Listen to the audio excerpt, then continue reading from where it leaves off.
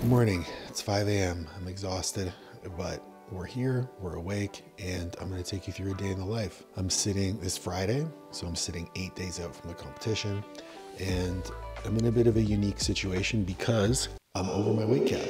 I'm sitting at 249 pounds. I do have to weigh in at 242 on Friday of next week, so I'm a week out from weigh-ins. Sorry if I'm being a little bit quiet, my wife's still asleep. Typically, I wouldn't be worried. I would do a water cut, weigh in, totally fine. But with this competition, the weigh-in is actually at 4 p.m. and I don't start lifting until 4 p.m. the next day. This poses a bit of a unique challenge because usually I would have between 9 a.m. and when I went to bed around 9 p.m. to eat and hydrate and then compete the next day. This time I only have between 4 p.m. and whenever I go to bed to eat and hydrate, and then the morning of the competition. I personally don't like that. I think it's a very challenging endeavor for me. So what I'm gonna do is I'm gonna try to manipulate things ahead of time so that I don't have to dehydrate myself and I can head into weigh-ins and kind of eat throughout the day before I weigh in at 4 p.m. So take you through a day in the life, what I do for work, what I do for food, and we'll get things moving. The first thing I do every morning is I drink about 1 liter of water. The one thing that I do that I advise a lot of my clients to do is start your day with a 1/4 teaspoon of Himalayan salt. One of the reasons why I do that is our adrenal glands are essentially a center of stress. So a lot of our stress hormones are produced in the adrenal glands. And when we are in high stress situations or environments for long periods of time, we need to give our adrenals a little bit of help. The adrenals use a ton of sodium. So by providing a little bit of sea salt first thing in the morning, we give our adrenals a jump start before we start hammering them with caffeine.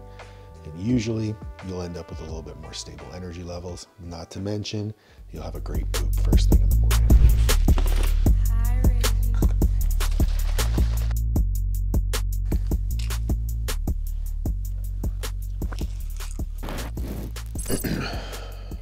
All right, so we're sitting at the desk. It's about 5:25. Usually I would start my day with some reading, but today I have a bit of work to do. So we're gonna get some work done. We're gonna drink our coffee, and then I'll show you what we're gonna make for breakfast. You know, there are periods in a business owner's life where you can have an elaborate morning routine, but what I've kind of come to realize is your morning routine should be whatever you need it to be the most productive.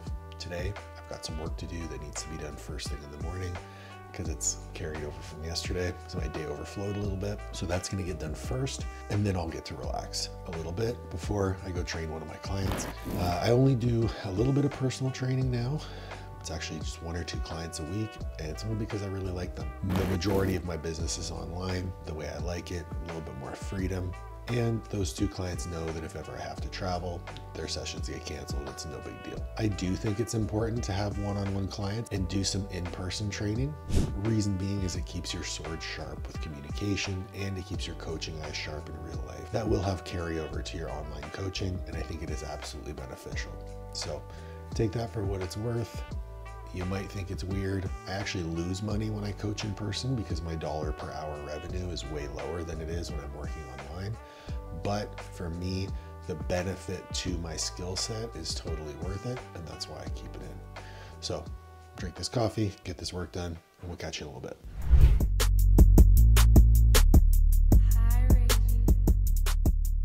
All right, so just before 7 o'clock, ended up working a little bit later than I wanted to, so I didn't film much of me getting ready. Took all my supplements in the morning, made my pre-workout, made my intra workout, which I'll go through later. And this is gonna be meal number 1.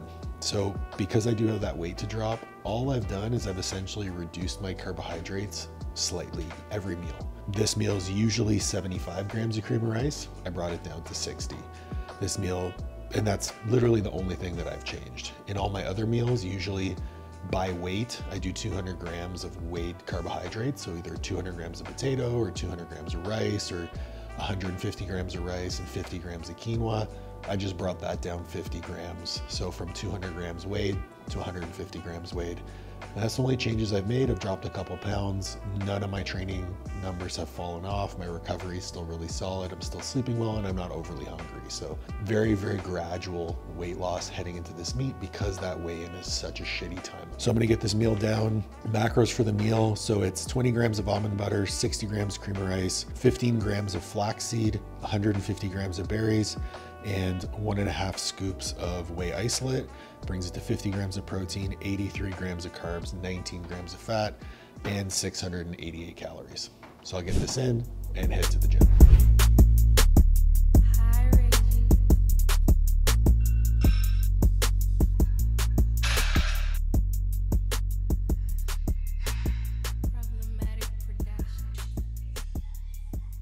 All right, so we just got home from the gym. Had a really great session. I mean, the last couple weeks have been very challenging dealing with knee injury, but I seem to be rounding the corner and making progress right at the right time.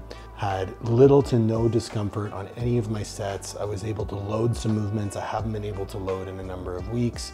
And truth be told, these are just taper sessions. So I went through almost the exact same deadlift session that I filmed a week ago, worked up to a top single at 595 or 270 kilos, backed off to 255 kilos or about 565 for a triple, then went into some then I went into some RDLs, but instead of doing barbell, I opted for dumbbell and I used a foam roller between my knees. More of a positional drill than anything, working on my hip hinge mechanics, then into some chest supported rows. From the RDLs, I moved into some Bulgarian split squats. I used a Hatfield setup, so with hand supports in the front. Reason being, it just helps with my balance a little bit and it allows me to focus more on the pressure of that front foot. Previously, I had to do these heavily assisted, like almost leaning on that bar in the front. But this time, because of the rehab work I've been doing and the mobility work that I've been doing, I actually was able to load them and they felt awesome. From there, moved into some pendulum squats, unloaded. So empty machine, working on tempo, working on controlling my pelvis through space and almost like pulling myself into that bottom deep hip flexion position. These felt better than they have in a number of weeks. And I actually felt like I could load them, but I held off knowing that I'm competing next weekend. And now we're home. As I got home, my wife was leaving. She was going to get some food, which is great. We're running out of groceries. And I saw that we had some beef that needed to be cooked. So I'm cooking that beef right now and made my meal. So post-workout meal, like I mentioned, all I've done is reduce my carbohydrates slightly. So this meal typically is 250 grams of weighed carbohydrates.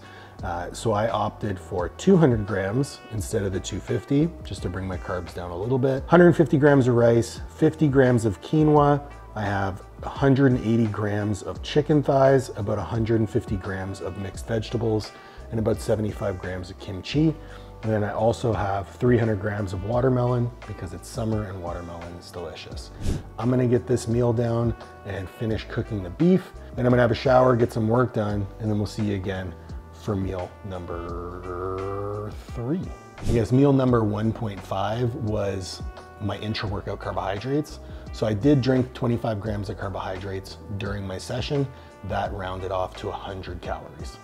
Something that I like to do is as I sit down to eat a meal, I'll go ahead and track it immediately in my app.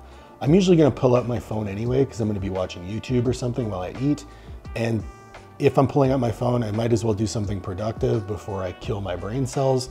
So I'm sitting down to eat, I'm gonna add my watermelon, 300 grams. So this meal ends up being 49 grams of protein, 78 grams of carbs, 28 grams of fat, and 763 calories. All right, had a couple meetings, then took the dogs to the vet, which was an ordeal to take 3 dogs to the vet, but I did it all by myself.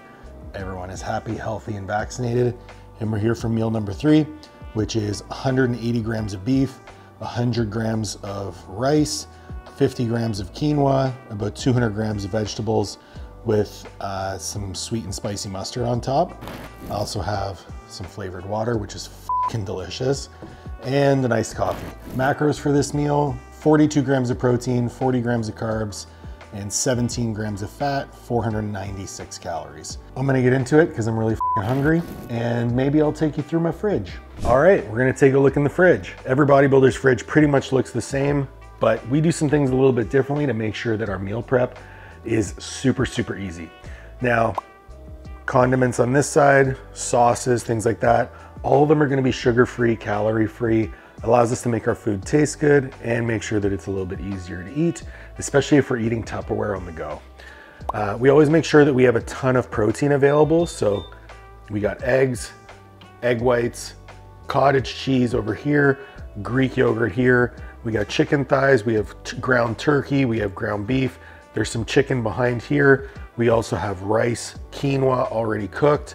There's some potatoes that are already cooked as well. We've got chicken and beef here ready to be cooked. And then we've got some cooked vegetables ready. We also have frozen vegetables in the freezer ready to go. We have some bananas on the counter. We've got apples, oranges over here, some veggies ready to get cooked over here. And then in the freezer, we've got some more frozen vegetables as well. So everything is available to us. When we're ready to cook a meal, throw a bowl on the scale, put all the ingredients that you need in it, chuck it in the microwave, bing, bang, boom, 5-minute meal prep, done. We both work from home, so we can prep meals as we go. But even if we're leaving for the day or we have a couple of appointments, everything we need is ready to go. We chuck it in a Tupperware, put some salt seasoning on it, and we're good. So making meal prep as simple and seamless as possible is the key to having a sustainable nutrition plan. If you're unprepared, adherence is almost going to be impossible. So we make sure that we're always prepared. Earlier today, I mentioned that I was cooking up some ground beef. I also made up some more rice. We have some frozen veggies that are thawing on the counter right now. And we've got some ground turkey ready to be cooked as well. We're cooking throughout the week whenever we have free time. It's really easy to, if you're sitting down to eat a meal, just throw some ground turkey in a pan. It'll brown while you eat your meal, you mix it up, and then it's already done. Multitasking definitely does help. Also, working from home definitely helps as well. So I'm not gonna bullshit you about that. I got some more meetings, I got some more work to do. We'll catch you for meal 4 in a couple hours. Third time's the charm, right? Sitting down for meal 4, just finished a meeting and doing an IG live with our master athletic performance coach, Matilda Ramos. So Liv and myself interviewed Matilda and we chatted all about body recomp. So go follow me on Instagram at @PauloNeed and check out that IG live with Coach Matilda. Sitting down for meal 4, got 60 grams of oats, a scoop of whey protein, 150 grams of Greek yogurt, 1 banana, and 20 grams of peanut butter. One thing you'll notice about my diet today is that with the exception of my pre-workout meal, every meal has had some form of fermented food. So I had kimchi post-workout, sauerkraut in meal 3, and then this meal has Greek yogurt in it, which is a source of probiotics. Now, fermented foods feed our gut microbiome. A more healthy and diverse gut microbiome improves our ability to break down nutrients and assimilate those into the proper tissues. If your gut microbiome is compromised or a little bit too selective, so say you've been eating the same foods for a really long period of time, you can develop some issues when it comes to nutrient absorption. And it can actually slow the transit time of your food through your intestinal tract, leading to fermentation and ultimately like bloating, distension, stinky farts, those sulfury farts that you get, usually because your gut motility is quite poor and your gut microbiome needs some work. I've worked very hard over the last year to really address my digestion. Coming from a history of IBS, I'm more than happy to share the protocols, both supplemental and nutritional, that I did implement. If you're interested in learning that sort of thing, just drop a comment below and I'd be happy to make a video on it. For now, I'm gonna get to this meal, answer a few emails, and finish out my day so that I can have my last meal and go to bed because I am exhausted. All right, final meal of the day. It is 8:45. Finished all my work, went for a walk with my lovely wife, finishing our meal prep actually, made some sweet potatoes. And I'm about to have my last meal, which is 2 eggs, 150 grams of chicken, 100 grams of rice, and 50 grams of quinoa. Also we'll have some kimchi in here, fermented foods again. Brings our total calories for the day to 3,329, 255 grams of protein, 361 grams of carbs, and 95 grams of fat. Pretty solid breakdown for me. That's about 700 calories less than I typically eat. for maintenance. So should bring my body weight down very slowly heading into this final week before the competition. Sitting around 248 pounds in the morning. I have to weigh in at 4 p.m. at 242. So ideally be in a position where after doing a water load, I wake up on weigh-in day around 240, and then I can eat and drink a little bit throughout the day and still make weight. So that was my day in the life, full day of eating. It's very boring and I love my life. So boring is fun, and hopefully you got a little bit of help with ideas on meal prep, things to include in your diet to help with digestion. And if you want to learn anything more about the things that I do on a daily basis to be able to perform the way that I perform and operate the way that I operate with regards to business, drop a comment down below. Make sure to like, share, subscribe, and ring the bell for notifications. And we'll make some more good videos for you in the future.